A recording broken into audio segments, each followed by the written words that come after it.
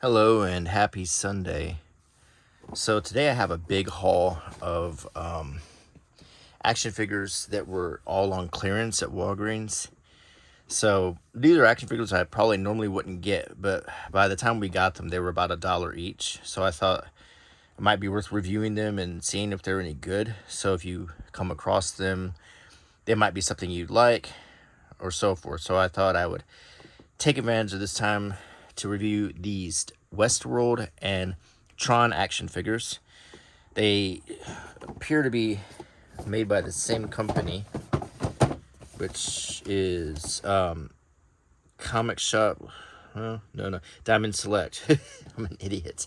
Okay, this has the Disney logo on it, and this is obviously not a Disney show. This one's a Target exclusive. And I have 4 of each, 4 Tron figures and 4 Westworld figures, and I think that's a pretty good set. That may be all of the Tron ones for all I know, and I think there's a few Westworld ones I'm missing. But from the outside, the figures look good. They ended up on clearance because probably Tron, the original Tron, is more a movie for older people who would remember it. And Westworld, I don't think lends itself very well to action figure collecting. And the Tron figures also, they're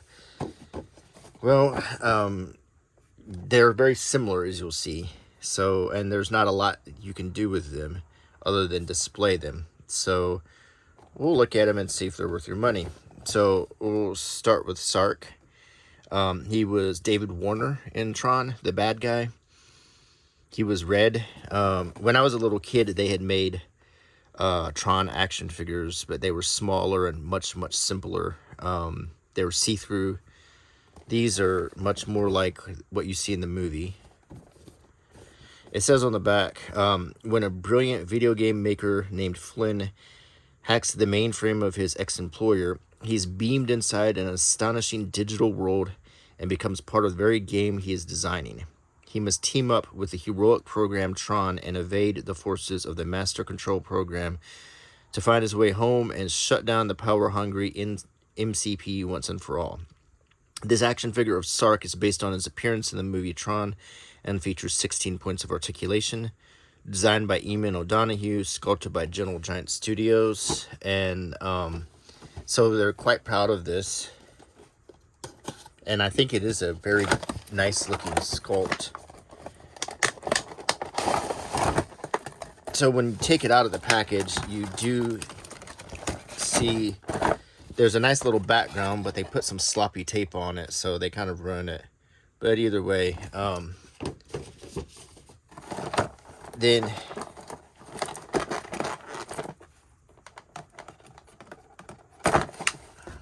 the figure comes out very easily, along with a stand and his disc, his combat disc. So let's go over the figure first. The likeness is very good. It looks like David Warner with his kind of helmet that they had in the movie. He has quite a pale face under there, but he's supposed to be a computer generated piece of software.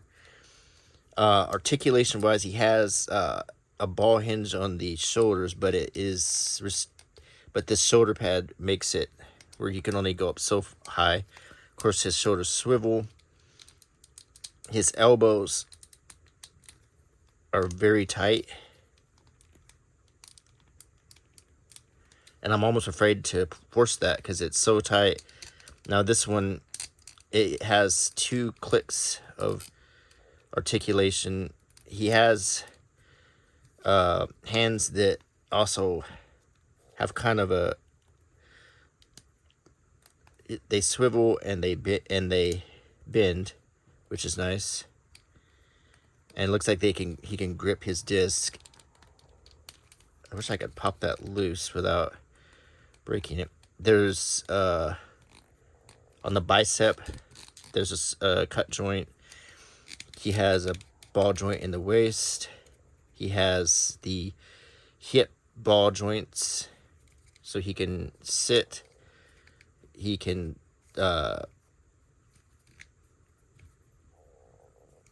extend his legs out that way. There's a cut joint in the thigh. There's a kneecap, which has lots of points of articulation there for poses. And he has ankle articulation. So it is a very, very good bit of articulation. He holds the disc really well. And you can even get him very quickly in a nice pose. So, like he is going to hurl the disc. Now, I finally broke this joint, and it is... You can get it in a little bit of a better pose now. So, that's pretty good. And there's a nice little stand that you can put him on so he can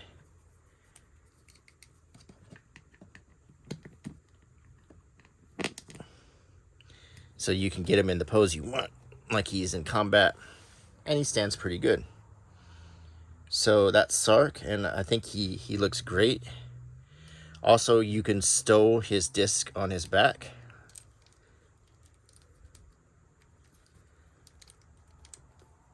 See? And it stays there very tightly. So that is Sark from Tron. The next figure we'll open up is Flynn. No, I'm sorry, this is Tron. This is the main character, Tron, and played by Bruce Boxleitner, who is an actor who was also in Scarecrow, Mrs. King, and so forth. It has the same text here, but it says this action figure of Tron is based on his appearance in the movie, and that's the only difference on the back.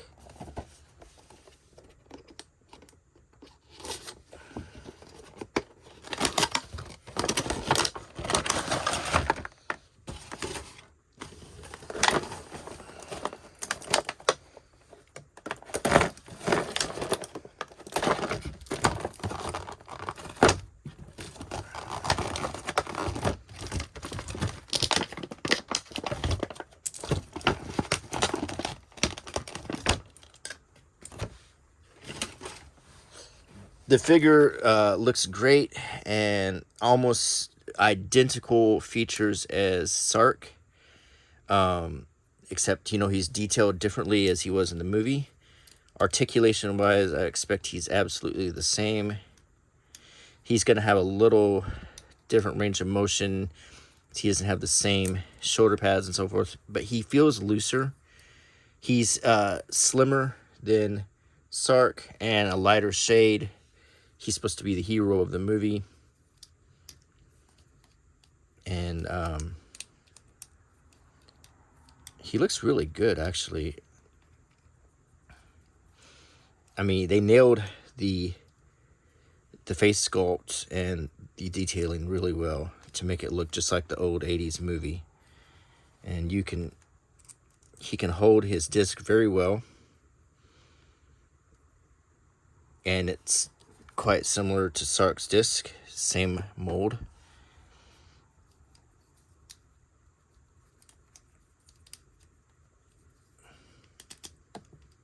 And it can stow in his back, just like Sark's disc, and it stays there very well. And he has a stand that he can stand on, so he can be ready for combat against Sark, as we saw in the end of that movie. Now, I liked the first Tron. I wasn't as big a fan of the sequel. It didn't feel like Tron to me. It was neat to see Jeff Bridges, but still.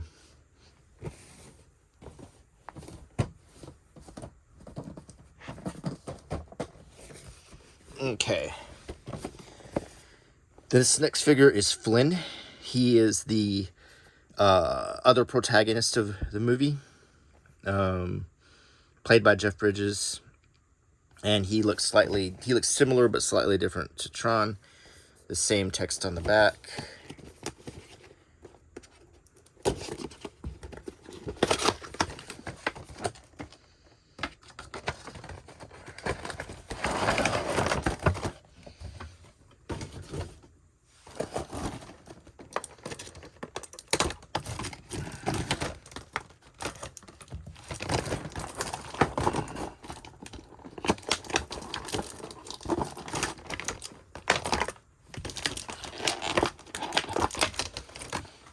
Now, one thing I can already tell you about these figures is they're all so very similar that you can see why.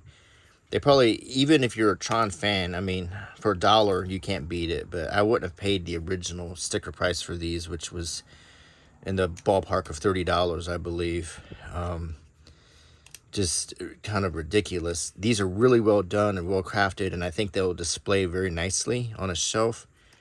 Of course, Flynn has like this shirt that makes it where he cannot move his left arm, which is, see, this is where art kind of destroys playability.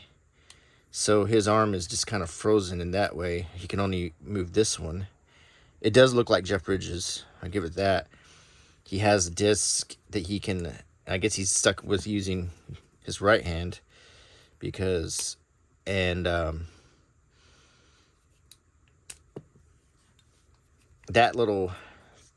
that's a nice touch, but I don't know how they could have pulled it off. Very similar. I think they use a lot of the same molds between him and Tron. The hat seems to be almost the same piece, only slightly different. Like I said, the face sculpts are great. They're different enough where, you know, you can put like Tron, Sark, Flynn, and, you know, different colors. That fits, even though this shirt is here, that still fits on his back.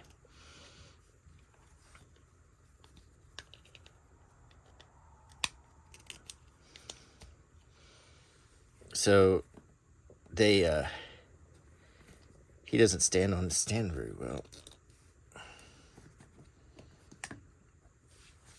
They don't look half bad, but like I said, if you were to buy this whole set, it'd cost you probably well over $100 back when they were full price. So for $1 each, I'll take it. But I wouldn't have paid full price for these. Not a chance. The final figure is probably the final insult because it is an exact, with a few exceptions, this is the exact same figure sculpt as this Flynn. This is Infiltrator Flynn. In the scene when he becomes red to infiltrate the bad guys, he comes with a little extra stuff, but this one's designed by Yuri Chiming. And all the other ones were designed by the Eamon O'Donoghue, so I guess Yuri added some extra things on it. It's in a slightly different box. Other than that, I think this was the chase figure, so to speak.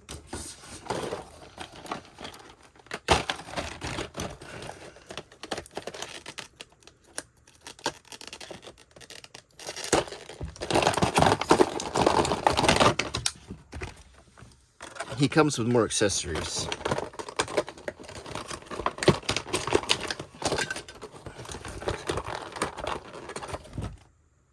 Okay, let's take a look at everything here. We get the stand. We get a action scene with a disc that has Sark's disc bouncing off, and there's a hole in it which tells me you can display it somewhere, but I'm not sure. I think this is a scene from the movie. And there's alternate hands, and he has a red disc. Other than that, as you can see, this is the exact same mold, the exact same figure sculpt, same face. They just changed the paint. I mean, every way, this is the same figure. The hands are different. You can swap them out to make it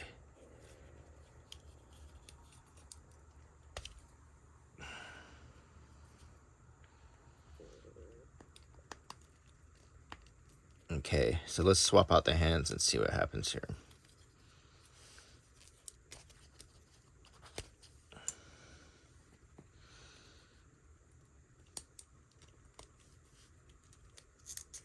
Okay, now he has two kind of grippier. He can maybe hold this. Is that the idea, that he's holding this disc with this hand and it's blocking? I don't think so. I think the idea is the blue disc is blocking Sark's disc, but I don't know where you connect it to him.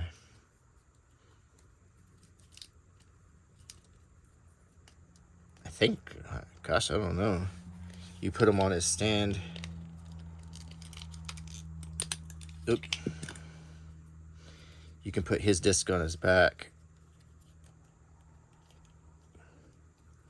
And I think this disc is identical to Sark's. Pretty much just a slightly different shade. And presumably he holds this.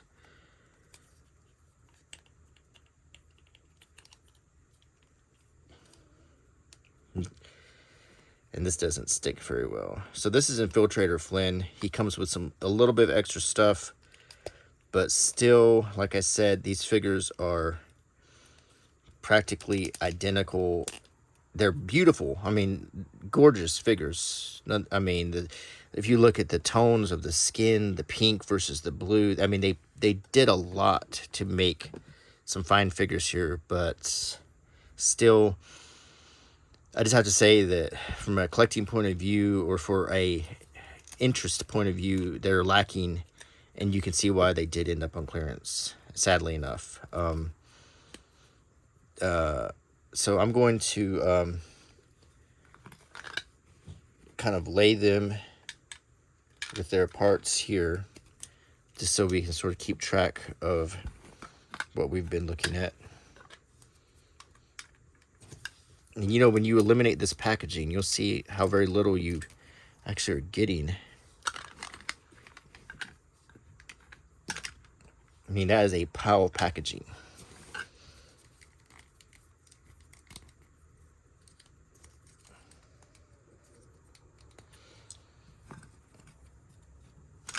Okay, so 4 Tron figures, they look good. And for $1 each, they're definitely, let me line them up in a way where they even look better here. Yeah, for $1 each, they're not bad. You get 2 different colors, 3 absolutely different figures, and 1 figure that's quite similar to another, but still not bad. So that's the Tron action figure series that may still be at your local Walgreens for a very low price.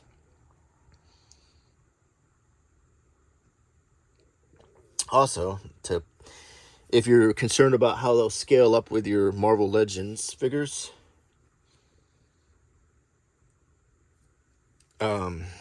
they're taller. They're more on the scale of the DC McFarlane figures that have been out. They're in that 7-inch scale. So if you want to display them in the same scale as other figures, that's something to keep in mind. They are taller. So there are a lot of figures in that scale now, but Star Wars and Marvel Legends are all in that 6-inch scale that makes them all look nice together.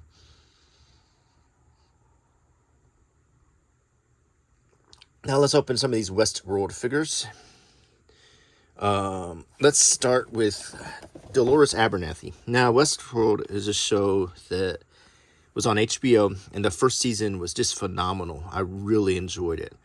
I couldn't wait to see where it was going. It was based on an old movie from the 70s, which was based on a book by Michael Crichton.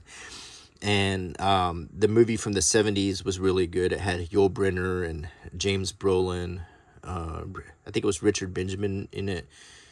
It had Majel Barrett. It was a really good movie. And this series started out with so much potential, great story. But then the second season sort of lost to me. I felt like they went to the Shogun part of the park a lot quicker than I was ready before they had really fleshed out the Western part. And I think the characters changed and became less appealing. In fact, by the second season, there was not a single character in the show I liked or rooted for, which is always a bad sign when the show goes in that direction, when all the characters become so nihilistic that you can't get behind any of them anymore. You wanted to get behind them. Like in the first season, you were definitely behind Dolores. You're definitely behind Maeve or Teddy, but by the second season, Teddy was just sort of an idiot. Dolores became evil. Maeve became somewhat, probably the only remaining likable character. So on the back, it says, this action figure of Dolores Abernathy is based on her appearance in Westworld on HBO. It features multiple points of articulation and character-based accessories. And I don't see accessory 1 in here, so let's see what they're talking about.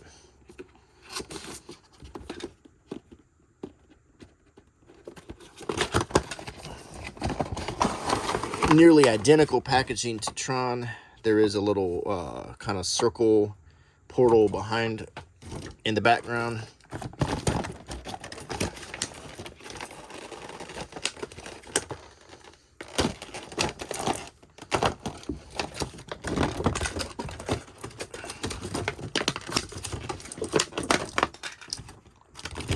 As I thought, there is not one accessory in this except the same stand you get with the Tron figures that she really doesn't even need, because she has a very hard dress that she ain't going nowhere. I mean, she doesn't need this stand. I don't even know if she could. I mean, I guess you can fit it on her foot. This is the first thing you notice about this figure is it's very hard. It almost looks like a bobblehead. Face sculpt wise, it somewhat resembles her, but not very much. It resembles her outfit. Her head can pretty much just nod because of her hair that's very, very hard plastic. Like, so hard that you could cut yourself with it. She has ball hinge in the shoulders, a cut joint around the bicep, elbow. She has an articulated wrist. But it doesn't seem to turn. It just seems to bend in. She has a little movement in the torso and a little movement in the waist, but not much. She has legs that have joints in them. Why, I don't know, because unless you take the dress off, you're not going to be able to move them. Just a very... not a lot going on. It just, if you want to have this character, or if you just want to create a Western scene with a Western looking woman, then you have this character now. But it's like a bobblehead, the way it even sounds when it shakes. So that's Dolores. Not super thrilled with it. If I had paid full price, I'd be pretty upset. This is Dr. Robert Ford. An Anthony Hopkins action figure, finally. One that looks like him, not just like a Funko Pop or something of Hannibal Lecter. Ignore that $8.49. I don't know, when we got this on Walgreens, it was $1. It says, this action figure of Dr. Robert Ford is based on his appearance in Westworld on HBO. It features multiple points of articulation. It doesn't even say it has accessories, whereas Dolores, they tried to say it had accessories. And does this come off? No, I mean, there is no accessories. Nothing. Was there a clear accessory that I missed? No. There were no accessories. They were flat out lying on that first one. At least by the time we get to Dr. Ford, we get a little more honesty.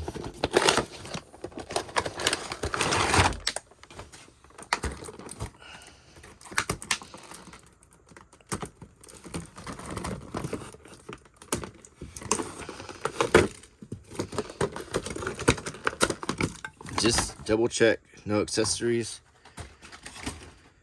Let's take a look. The facial sculpt looks uncannily like Anthony Hopkins. I'm very pleased with that. The only other Anthony Hopkins action figure that has such a good facial sculpt maybe is Odin. There may be a Hannibal Lecter action figure out there, but it's nice to have an Anthony Hopkins and just to class up your action figure collection. You got an Oscar winner here. I love his outfit very much. It fits the Western theme. He has an articulated neck, and still really liking the facial sculpt. He has the ball hinge in the shoulders, the cut joint in the biceps, elbows. He has swivel and bendy wrists, a torso that has a ball joint. I don't think there's a waist that swivels. He has legs that can make Anthony Hopkins do that, and he can sit. Cut joint in the thigh, kneecap joint, and highly articulated ankles. So you can get him in some pretty good poses. He's wearing a watch that's painted on okay. Not super good, but it's got a few paint smears on it. The paint on the face is pretty good, but all in all, I mean, the face is good, but the rest of the figure has got some pretty ugly joints. And if you're an Anthony Hopkins fan like I am, it's probably a treat to have this figure. And I mean, for the $1 I paid, I'm more than happy with it. So, like I said, it's just great to have an Anthony Hopkins figure. Very, very happy with this one. Next, let's look at Maeve Millay, played by Tandy Newton in the show. A really talented actress who's been in Mission Impossible, Jefferson Paris, which is one of my favorite movies. Just really enjoy watching her on the screen.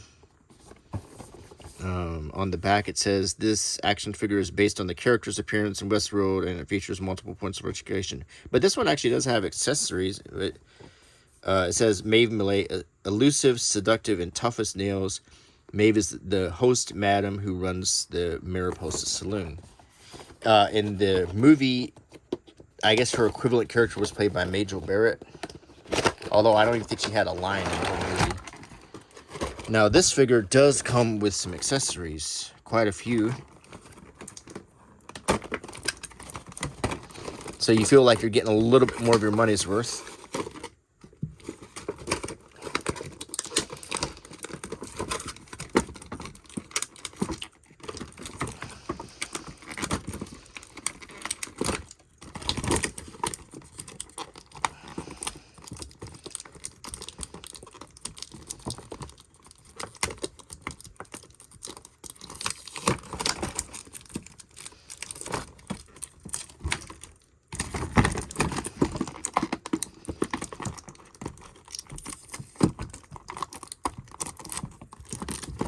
Okay, let's get the stand out.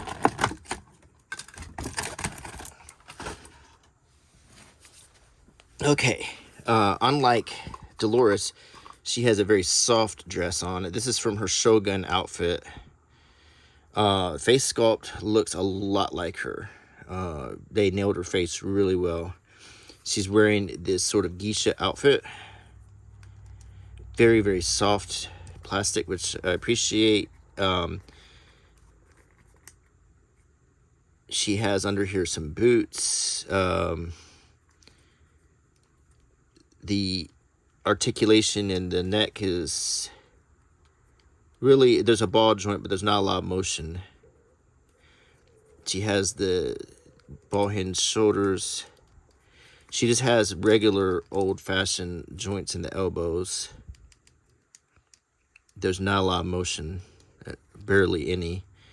She has very well articulated wrists, swivel torso, and a swivel waist. and her legs seem to have been spun around or actually put on backwards. It seems. Let's just turn those around. Oh my gosh. That looks backwards to me, folks. I think they put them on backwards. And I don't know if there's a way to turn this. Okay. That's correct. Now, can we turn the boot? I don't think so. They screwed us up. They really did. They screwed this up. The legs are on backwards. Thank you, Diamond Select, for that quality job there. It doesn't matter. She's wearing the you can't really tell, but it's still pretty lousy. She comes with this gold lion.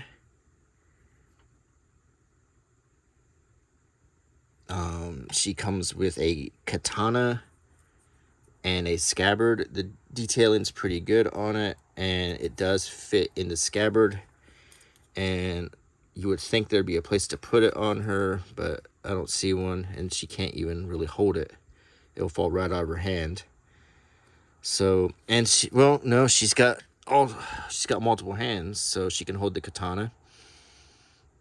And she has 2 fists and 2 hands to hold things. So if we want to, for example, take off her right hand and give her a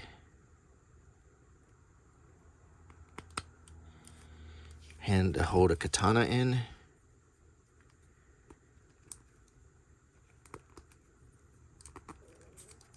there, that's pretty good. And then maybe we can, I don't think she has a hand that can hold the scabbard, unfortunately, because it'd be nice to show her like drawing it out, and I don't think it'll go in that hand. It won't. So so she can hold it, but she can't hold the scabbard, and I don't think there's a place to stow the scabbard. You could put it like this, I suppose. I'm really bummed that the legs are backwards, because that's going to be quite an ordeal to try to fix that, and I'm not even going to bother. I'm just going to keep them the way they are. But that's lousy quality control right there. So, not too thrilled with what we got there. Finally, the figure I was most excited about is the Man in Black, Ed Harris's Sinister character. He comes with a hat and a stand, and it looks like a pistol. So it says, a guest at the park with a penchant for violence, the Man in Black is on a mysterious mission in search of a deeper level to the park. And you could also find a Teddy Flood and a Clementine figure if you want to look for them. I think they both come with a little bit more accessories. At least the Clementine does. I think the Teddy one doesn't.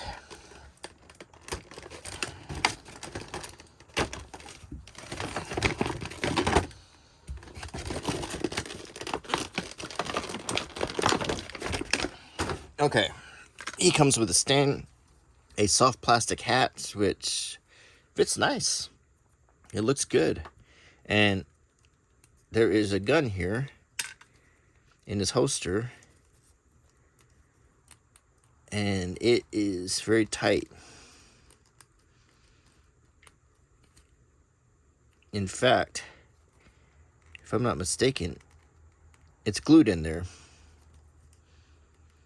That's nice. I had heard this, and yeah, it seems to be the truth, that they, for some reason, I think the actress may have demanded that the guns not be able to be pulled out of the holsters or something, kind of like the Warner Brothers issue with the DC figures. But you know, you can still buy a munitions pack, and there's a place for a knife. Did he come with a knife? Nope. He has a place for a knife. He has what looks like a knife scabbard. And there's even like a slot in it, like we could stick a knife in, but they didn't give him enough to put in it.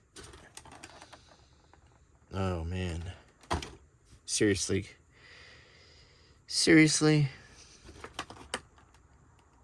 Sure enough.